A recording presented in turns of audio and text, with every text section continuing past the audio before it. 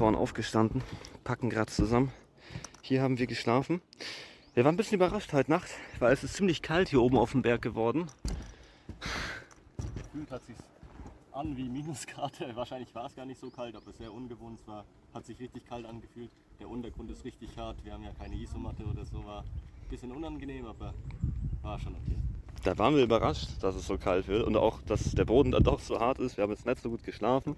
Dafür haben wir einen umso schöneren Ausblick hier. Ist echt herrlich und wunderschön. Also wirklich dieses satte Grün. Echt wunderschöner Ort. Ist auch so ruhig. So viele Einheimische haben ja auch gezeltet. Jetzt 6 Zelte hier. Ist echt unglaublich schön. Wir packen das ganze Zelt zusammen. Dann geht es da wieder runter ins Tal, die ganzen Berge, das ganze auch wieder zurück. Packen jetzt das Zelt ein. Wir müssen jetzt erstmal Internet suchen, weil hier oben haben wir gar keinen Empfang. War auch nicht schlimm, es war wieder schön, komplett offline zu sein. Aber wir müssen jetzt mal gucken, wo wir hinfahren. Wir haben noch gar kein Ziel. Wir würden gerne zum Wasserfall fahren oder zu einem See, Fluss, um einfach mal zu schwimmen, zu entspannen, sich abzukühlen. Es ist immer so heiß. Plus an uns klebt noch der ganze Dreck von der Werkstatt, würden wir gerne machen. Aber packen wir erstmal zusammen und müssen auch erstmal hier runterkommen. So beginnt ein neuer Tag. Unser Ziel heute ist einfach, einen Wasserfall, einen See oder irgendwas zur Abkühlung zu finden. Und so geht es zurück durch den riesigen Nationalpark mit seiner ganz eigenen Natur. Auf der Suche nach einer befestigten Straße und danach immer weiter durch das wunderschöne und ruhige Hinterland Thailands. Es geht vorbei an trockenen Feldern, durch die Hitze des heutigen Tages und über fast leere Straßen. Und zum ersten Mal seit langem haben wir keinen Zeitdruck. Wir haben kein Ziel, das wir unbedingt erreichen müssen, keine Fristen, keine Probleme. Und so genießen wir die Ruhe, die Landschaft und das Gefühl, einfach unterwegs zu sein. Kilometer für Kilometer fahren wir gemütlich den Nachmittag entgegen, bis wir irgendwann etwas finden, was unseren Vorstellungen entspricht.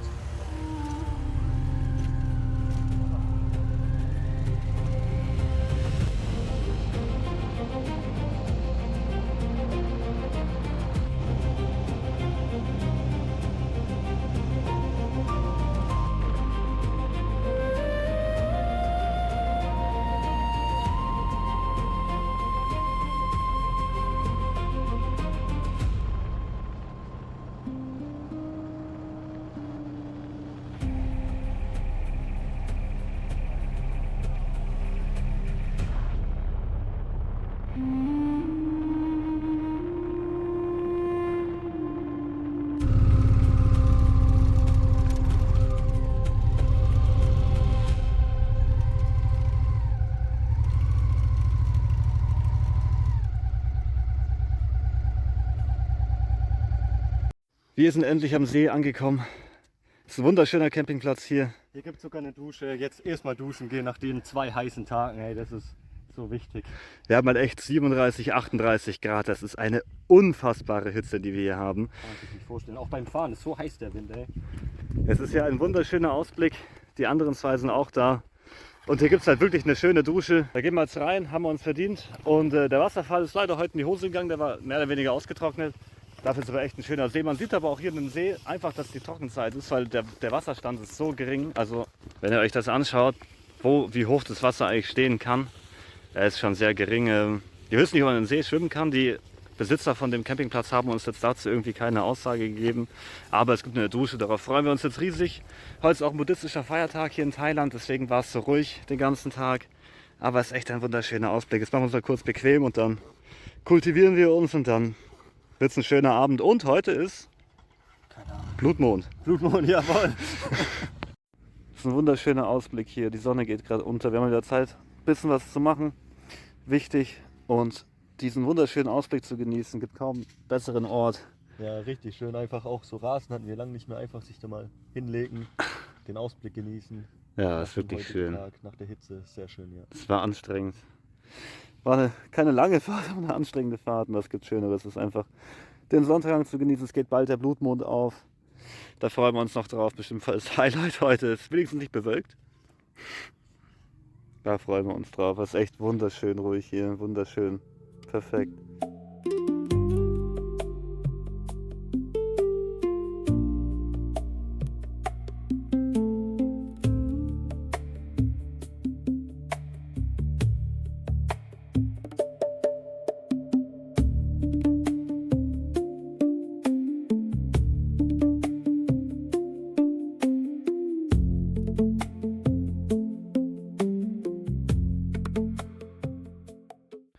Wir sind jetzt gerade eben aufgestanden. Da stand das Zelt, wir packen schon alles zusammen, bevor die Hitze wieder rauskommt heute. Aber es ist ein wunderschöner, ruhiger Ort. Das ist echt, diese Ruhe ist immer wieder so schön, nachdem es so laut war in anderen Ländern. Ja, das stimmt. Hier ist richtig schön ruhig. Ja, wir haben zusammengepackt. Wir müssen uns jetzt überlegen, wie wir weiterfahren. Die anderen 2 fahren an einen Campingplatz. Wir müssen uns auch überlegen, weil wir bewegen uns immer weiter weg von Bangkok, wo in 4 Tagen der Roller halt auch wieder zurück muss. Ja, das ist unser Zeitlimit. Wir müssen den Roller zurückgeben, haben natürlich auch andere Sachen dann noch zu tun. Jetzt die Frage, wenn wir weiter noch in den Norden fahren, dann halt noch weiter zurückfahren müssen, wie wir jetzt schon. Oder jetzt langsam den Rückweg angehen. Ja. Jetzt überlegen wir uns mal. Jetzt packen wir erstmal weiter zusammen. Genießen den Ort. Leider hat auch der Nahostkonflikt hier in Thailand jetzt Spuren hinterlassen. Die Leute hatten Angst vor einem Krieg, haben sich Sprit gebunkert. Ja, jetzt gibt es scheinbar nur noch wenig Sprit, nur noch begrenzt möglich, was zu holen. Wir werden jetzt heute mal sehen, wie es wirklich in Realität aussieht. Ja, es soll eine Benzinknappheit geben. Es wird auch gar kein Öl mehr exportiert nach Laos. Und ja, und nicht in der urbanen Gegend. Das ist wahrscheinlich schlimmer wie hier auf dem Dorf, aber es könnte sein, dass uns jetzt auch noch die Benzinknappheit trifft hier.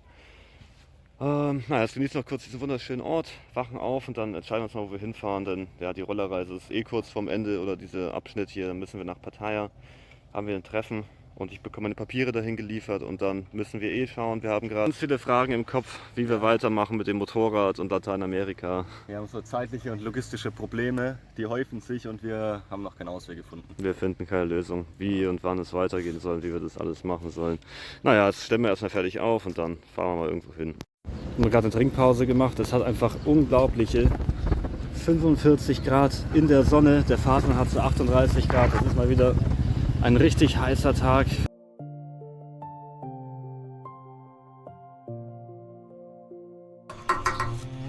Petrol is full, please.เอาเต็มเลยอันนั้นเป็นพัน I don't know the name. I forgot it. You have or GPS? Ja, ja.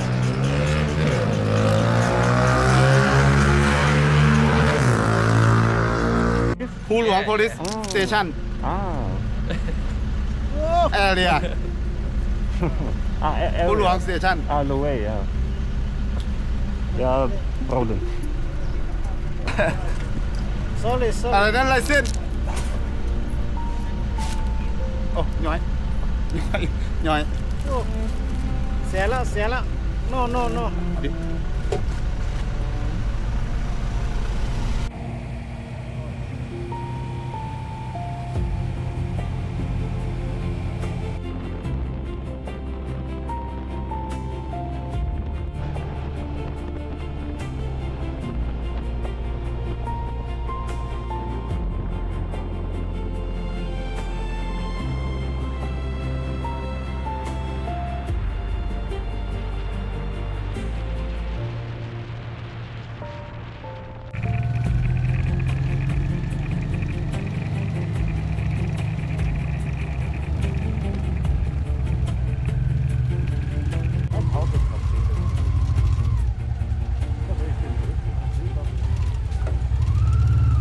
Wir haben es geschafft, wir haben uns ein weiteres Mal die Hitze von Thailand gekämpft, unser Ziel erreicht. Echt eine schöne Strecke heute gewesen. Die Fahrzeuge haben sich ganz gut geschlagen. Ein bisschen Öl heute Morgen nachgeschüttet. Sonst ja, angekommen an einem wunderschönen Platz. Wasserfall, nice. Das ist echt wunderschön. Auch da die Steine, der Fluss, ist richtig geil. Jetzt kommen wir erstmal an, dann tun wir mal gucken, wie das Wasser so aussieht und wie warm das ist, ob wir noch planschen gehen können. Wäre sehr schön. Wir sind gerade aufgewacht an diesem wunderschönen Platz an dem Wasserfall, den wir die ganze Nacht haben rauschen hören. Ja, jetzt packen wir zusammen. Wir wissen noch nicht genau wohin, da machen wir danach einen Plan. Dann mal gucken, wo es uns heute hin verschlägt. Ja, das wissen wir noch gar nicht. Wir haben viel zu packen, wir haben auch noch bescheiden geschlafen. Das ist halt schon eine dritte Nacht in Folge, in der wir halt auf dem Boden schlafen, weil wir keine Isomatten haben. Das ist schon echt ein großer Unterschied. Wir schlafen halt nur auf so Jacken drauf. Aber egal. Wir haben noch genug Zeit. Wir müssen dann in Bangkok sein. Und in Pattaya, da haben wir noch ein bisschen Zeit. Vielleicht fahren wir noch mal irgendwo hin. Es sind nur 400 Kilometer von hier nach Bangkok. Wir packen erst halt zusammen, dann machen wir uns einen Plan. Es ist viel zu früh. Wird auch viel zu heiß wieder werden heute. Ja, Standard. Jeden Tag. Wir haben uns von den anderen 2 Reisenden getrennt. Die fahren weiter in den Norden. Die haben halt noch viel Zeit. Wir müssen ja nach Bangkok. Das heißt, wir beginnen einfach unseren Weg nach Bangkok runter. Hier sind das 500 Kilometer, wir haben jetzt noch 3 Tage Zeit, also wirklich mehr als genug. Und werden uns einfach auf dem Weg jetzt so viel wie möglich anschauen. Da gibt es Tempel noch und Buddha-Statuen, da wollen wir überall anhalten. Ja, wirklich genug Zeit, dass wir dann pünktlich in Bangkok ankommen und dann pünktlich nach Pattaya fahren können, wo ich dann meine Papiere bekomme. Ja, deswegen, wir fahren jetzt einfach mal gemütlich zu zweit weiter, haben uns verabschiedet und ja, schauen uns so viel an. Wie geht in dieser echt fast unaushaltbaren Hitze, ey. Für uns gibt es einen kleinen Snack vom 7-Eleven. Ja geil, da gibt es immer so viele Essenssachen zum Warmmachen direkt. Ja, das ist echt ein Traum. Ganz kurz essen und dann geht's weiter. Das ist eine kleine Stärkung. Wir haben nicht gefrühstückt, gestern nicht zu Abend gegessen. Ja. Wirklich. Ich habe mir jetzt hier eine 10 Watt Münze geholt und jetzt spiele ich immer an dem Automat.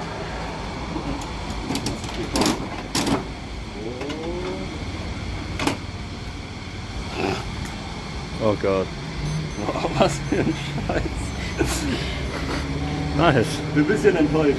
Oh nö. Ich hätte dir was anderes. Oh.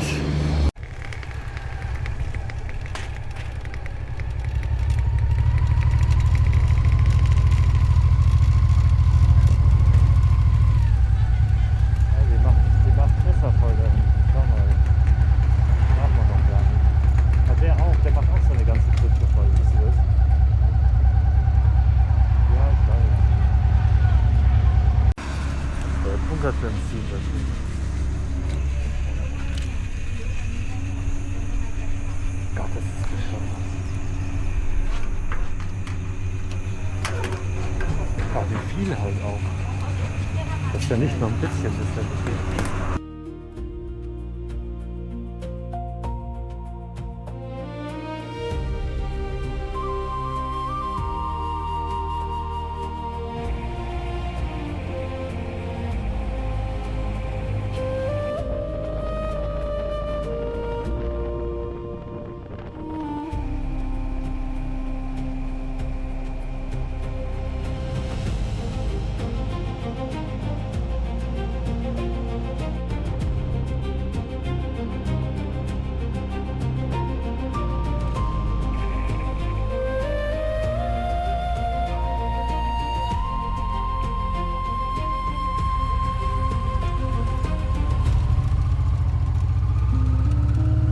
Wir haben den ersten Stopp unserer Reise erreicht nach Bangkok und zwar ein Buddha-Park.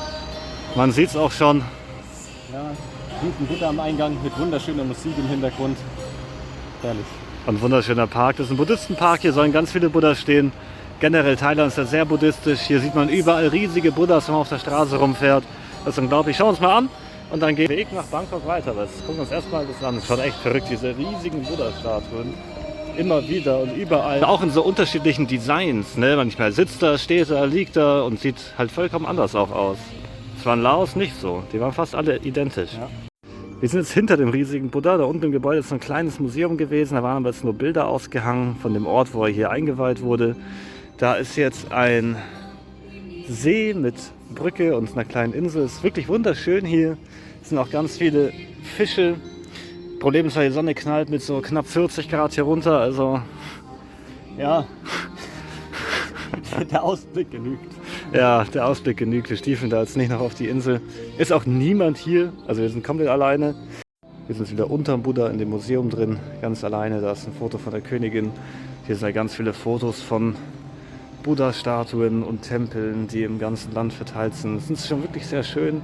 Ich kann leider noch nichts verstehen. Auch diese ganzen unterschiedlichen Buddhas ist sehr interessant, wie viele Interpretationen da andere Arten es gibt.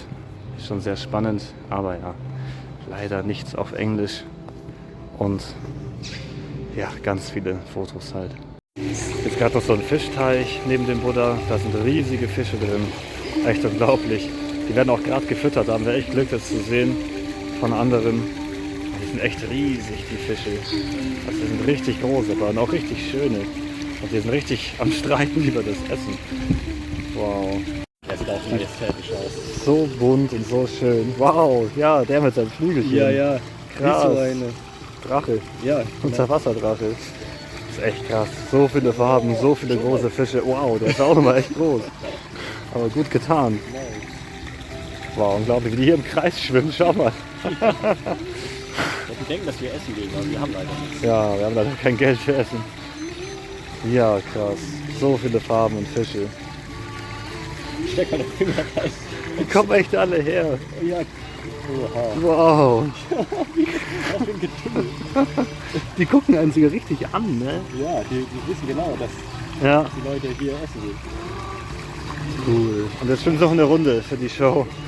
Jetzt gehen sie alle wieder im Kreis schwimmen. So, während die Außentemperatur auf 41,6 Grad steht, wobei es aber beim Fahren eher so 39, 38 Grad hat. Ja, kommt der Schweiß überall auch bei dem Hemd durch. Es ist halt einfach heiß, ne? Was soll Ja, man sagen? wir sind voll am Schmelzen. Wir sind immer noch überrascht, dass Thailand so heiß ist. Das heißeste Land bisher. Ja. Wir sind natürlich auch zur heißesten Zeit hier, aber Hätten wir nicht gedacht. Dann sieht er immer Dschungel und Grün und so und dann kommt man so eine Hitze hier rein. Naja, besser als Winter. Wir machen uns fertig. In 2 Stunden liegt ein Tempel auf dem Weg, den gucken wir uns noch an. Und dann ist der Tag eh gelaufen. Dann haben wir genug geschwitzt, genug Strecke geschafft und dann ja, setzen wir einfach wieder aufs Bike, fahren zum Tempel und dann schauen wir uns den gleich an.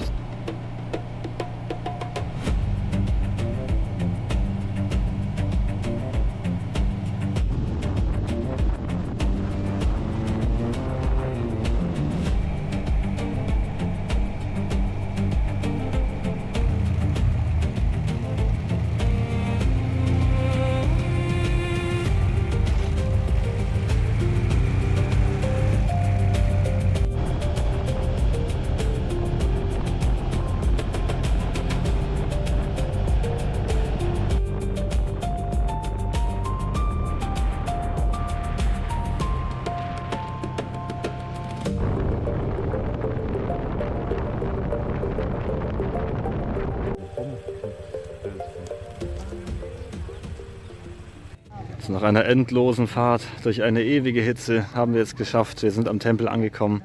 Es ist schon nachmittags. Es ist ein riesiger Tempel. Wunderschön. ja, interessantes Bauwerk. Wir sind auf der anderen Seite von dem Tempel. Er ist riesengroß, wurde im 8. Jahrhundert nach Christus gebaut. Also auch schon wieder uralt. Wurde aber auch erst gar nicht mal so lange her entdeckt. Aber es ist echt riesengroß. Halt leider ohne reinlaufen. Ja. Aber es ist echt nochmal beeindruckend, diese alte Geschichte zu sehen. Dass es dann doch so gleich war in Laos, Kambodscha und Thailand, aber es heutzutage dann doch so unterschiedliche Länder geworden sind. Verrückt, ne? Oh, die Krieg führen um Tempel. Echt blöd. So, wir stehen wieder vor dem riesigen Tempel. Schöner Ort. Wir genießen noch mal ganz kurz die Ruhe hier, den Ausblick.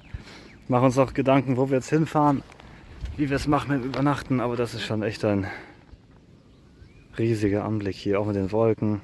Wunderschön. Wir haben den Tempel fertig bewundert. Riesengroß und es sind auch Gruppen da, die Fotos machen. Da wollen wir uns auch nicht dazwischen reinstellen mit unseren tollen Outfits. Ja, wir haben jetzt ein Hotel hier gefunden, das ist nur 10 Kilometer weg. Da fahren wir hin und wenn alles passt, bleibt man da wahrscheinlich auch für heute. Ja, sehr perfekt. Dann haben wir heute sehr viel Strecke geschafft, uns durch die Hitze gekämpft und da haben wir uns aber echt jetzt eine Dusche und was Kaltes zu trinken verdient. Das ist so krass. Auch beim Zelten, ne? Man schwitzt halt die ganze Zeit. Es gibt keinen Moment, wo man nicht schwitzt. Morgens, mittags, nachts. Ja. Das ist schon übel, ey.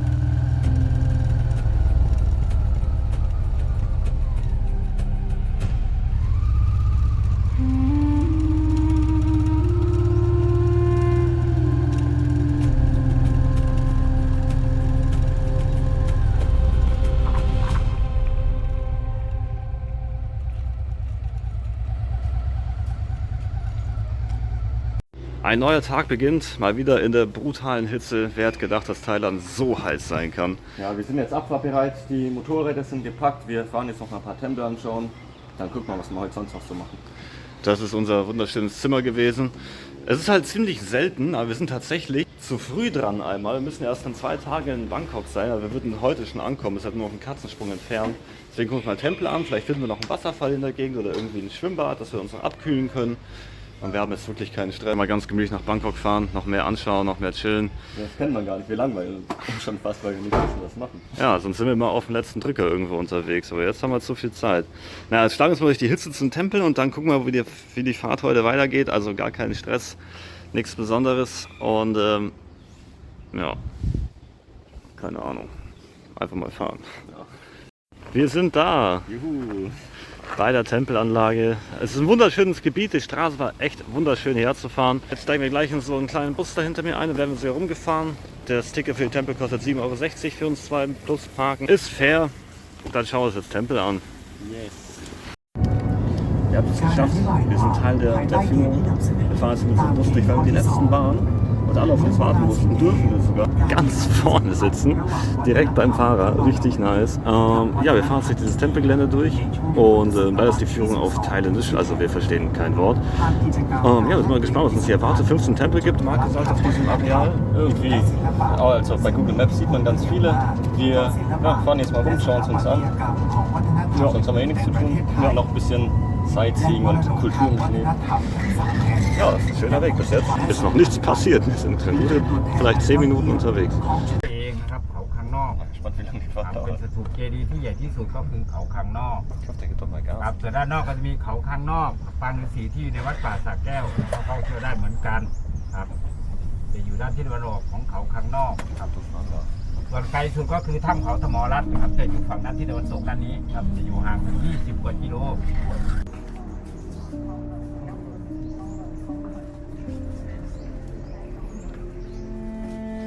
โบราณสถานขนาดใหญ่อีก3 จุดตรงนั้นก็เสมือนกับเป็นวัดของพุทธแล้วก็ของฮินดูนั่นเองเดี๋ยวชมตรงนี้เสร็จถ่ายรูปเสร็จเดี๋ยวขึ้นรถอีกรอบนึงจะได้ไปชมด้านในต่อนะ Wir haben jetzt eine Ausgrabungsstätte erreicht, hier auf dem Areal. Das sind wahrscheinlich Elefantenknochen und da vorne sind Menschenknochen, wahrscheinlich ein Grab, sogar mit Grabbeigaben.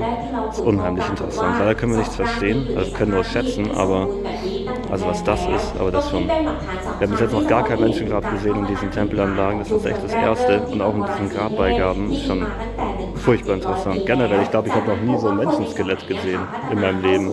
Du? So, wir sind in unserer Führung. Da hinten steht das Büssilein. Jetzt im Zentrum des Parks angekommen. Da steht ein wunderschöner Tempel. Da hinten ist irgendwas Riesiges und da hinten geht es auch noch weiter. Also das muss wahrscheinlich wirklich das Zentrum gewesen sein. Es ist unglaublich. Gleicher Baustil wie in Kambodscha, gleiche Herrscher, die Khmer, die das alles erbaut haben. Ein riesiges Land hatten die ja damals. Das kann man sich ja gar nicht vorstellen, wie groß das alles war. Ja, wir laufen jetzt mal durch den Park durch, versuchen uns aber nicht von unserer Gruppe zu weit zu entfernen, weil wir haben halt den Führer nicht verstanden, wo wir jetzt hin dürfen, wann es war. Oh Gott, der fährt weg, Marc. Okay. Ich glaube, wir sind jetzt auf uns allein gestellt. Vielleicht holt ihr die nächste Gruppe und dann bringt uns irgendwann wieder zurück von hier. So, jetzt stehen wir vor diesem pyramideartigen Ding. Mal gleich informieren, was es war, auf Schildern, die wir nicht lesen können. Ja, wahrscheinlich danach auf Google Maps ein bisschen schauen, was hier wirklich steht. Dass man ein bisschen was verstehen, sieht aber auf jeden Fall sehr cool aus, ein bisschen wie so eine Pyramide. Hochinteressant. Schon wieder riesig, ey. Der Baum sieht auch wild aus. Ja, die Natur hier ist auch verrückt. Wie so Schlangen. Oh, die sind hier mit Rollern reingefahren. Wie unfair.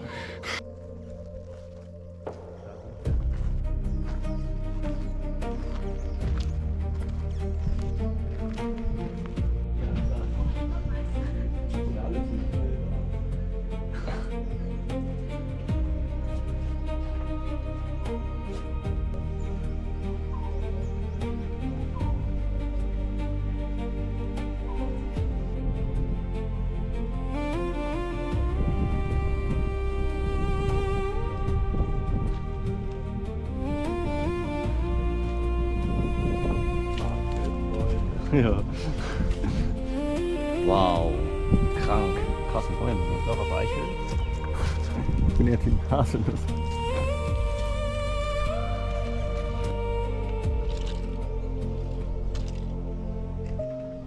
Also wir haben mehr Informationen, und zwar im 6. Jahrhundert erbaut, 1400 Jahre alt. Altes buddhistisches Monument, wahrscheinlich so eine, also war eher wie ein Dom oder wie eine Glocke gebaut zum Versammeln. Diente vielleicht sogar als Waffenkammer, wurde im 12. Jahrhundert dann verlassen. Aber ist schon echt riesig. Es ist eine uralte Stadt hier. Also wie gesagt, die ganze Stadt ist 1400 Jahre alt. Das ist echt unglaublich, wie alt das alles hier ist. Dann, dass doch so viel übrig geblieben ist. Und auch der Glaube halt auch noch so lange bestanden ist. Es sind ja immer noch heilige Orte hier, wirklich, für die Einheimischen. Und da ist eine Scheibe. Was macht die Scheibe?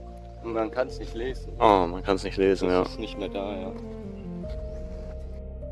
Sieht man noch Überreste von Statuen in der Pyramide. Aber das sind ja echt Gesichter und Posen. Das ist unglaublich, wie das aussieht, ey.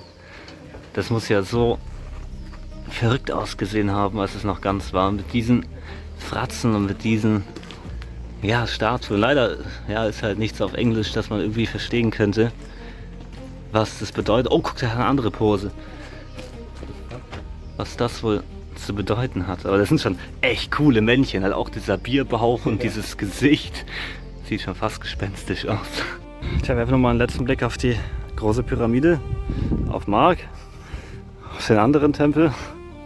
Dann geht's auch zurück. Ich denke mal, ja, dass es das auch schon war hier. Dann geht's wieder auf den Roller. Ja. Und zu unserem nächsten Ziel. Wir noch nicht ganz wissen, wo dieses Ziel sein wird.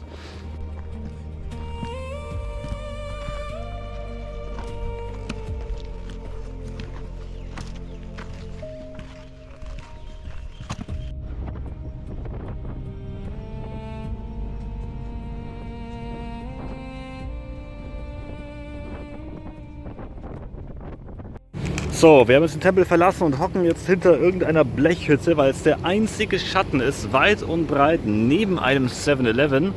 Wir haben jetzt das Vorhaben gestartet, uns selber Sandwiches zu machen. Wir haben halt Wurst, wir haben sogar eine geschenkt bekommen, Käse und Brot. Ja, steht spicy drauf. Ich hoffe, das ist nicht zu scharf. Dann wird es hoffentlich ein gutes Essen. Ja, dann essen wir mal kurz unser Sandwich hier versteckt hinter der Hütte im Schatten und dann geht es zum nächsten Ziel. Da sind wir auch schon fast da, nämlich irgendwo da hinten in den Bergen ist ein Wasserfall. Und den wollen wir uns jetzt gleich anschauen und vielleicht sogar schwimmen gehen. Das soll möglich sein.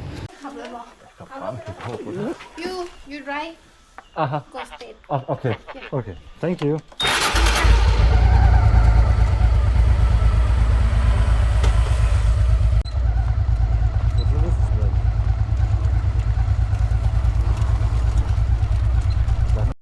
Wir haben jetzt durch Zufall einen Campingplatz gefunden. Da oben ist der Campingplatz für 300 Baht an einem Fluss. Und dieser Fluss sieht einfach so wunderschön aus. Dieses Wasser, diese Farbe da hinten. Schau das mal an. Die Temperatur ist auch perfekt. Und dann noch der Bambus und so. Ist ein richtiger Dschungelfluss. Da hinten ist auch noch ein Wasserfall. Wir werden auf jeden Fall hier bleiben. Das ist doch geil, ey. Schaut euch das mal an, wie schön das hier einfach ist. Und jetzt werden wir unser Zelt hier hinknallen und richtig schön planschen gehen. In diesem milchigen, echt krassen Wasser. Also jetzt gehen wir schnell bezahlen. Aber das ist doch so schön. Also mit sowas hätte ich nicht erwartet. Da haben wir heute echt 50 Kilometer geschafft. Ja, top. Wir sind umgezogen, haben jetzt unsere Badesachen an, fast. Da ist auch gleich der Fluss. Da hinten ist irgendwo ein Wasserfall. Den schauen wir uns zuerst noch an. Und dann gehen wir mal planschen. Und dann gehen wir uns noch Abendessen und so müssen wir noch besorgen. Aber erstmal ins Wasser. Bevor die Sonne ganz verschwunden ist. Schau mal, wie geil das ist.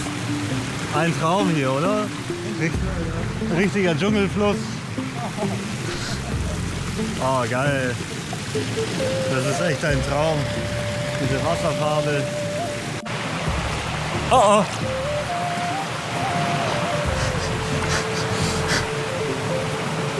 Ja, ich komme da nicht hoch.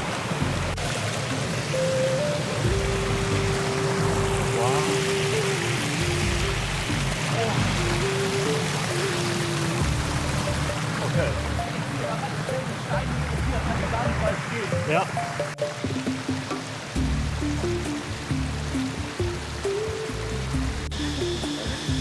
Das war Luftwasser. Keine Ahnung, wer das ist. Was, wirklich? Das ist ja ganz Wasser. Wenn man hier nicht entspannen kann, oh dann. Oh ja, das ist Stachel an dem Stoff. Boah, das ist gefährlich, ne?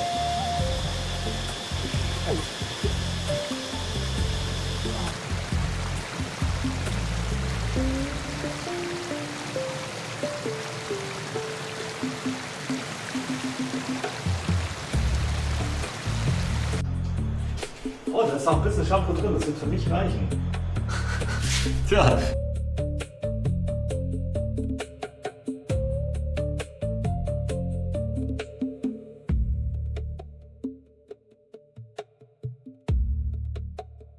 Wir haben unser Zelt aufgebaut und auch was Kleines gegessen. Wir sind jetzt fertig mit Planschen. Es war richtig schön in dem Fluss. Wir sind hier auf dem Campingplatz noch 2 andere Locals da. Es kommen jetzt gerade ziemlich viele Mücken raus. Deswegen haben wir uns jetzt schützen müssen mit langen Sachen, dass wir nicht zerstochen werden. Und ja, jetzt machen wir noch ein bisschen was Organisatorisches. Haben wir noch viel zu regeln. Jetzt ein Ersatzmotorrad verschiffen und alles. Viel zu tun. Viele Fragen, keine Antworten. Und ja, dann gehen wir auch bald ins Bett. Jetzt haben wir noch 2 Tage von Rolle abgeben müssen. Dann ist das auch vorbei. Schade. Da müssen wir gucken, wie es weitergeht. Auf jeden Fall, ja, geht jetzt langsam die Sonne unter. Und es sind ziemlich viele Mücken unterwegs. Also abgesehen von den ganzen Mücken, die hier um uns herum fliegen, was echt brutal ist, haben wir vielleicht einen kleinen Skorpion gefunden. Man kann es ganz schwer sagen. Aber irgendwie sieht es aus, wenn der läuft. Es sieht aus wie ein Skorpion, aber ich weiß nicht, ob Skorpione so klein sind. Ich weiß es auch nicht, aber das sieht schon aus wie so ein kleiner Vor Skorpion. allem ringelt der danach den Stachel oder seinen Schwanz, je nachdem, was es ist, so zusammen. Keine Ahnung. Verrückt. Sieht schon so aus, bisschen. Ob das von Skorpion sein kann? Die Mücken sind so brutal. Das ist alles voll.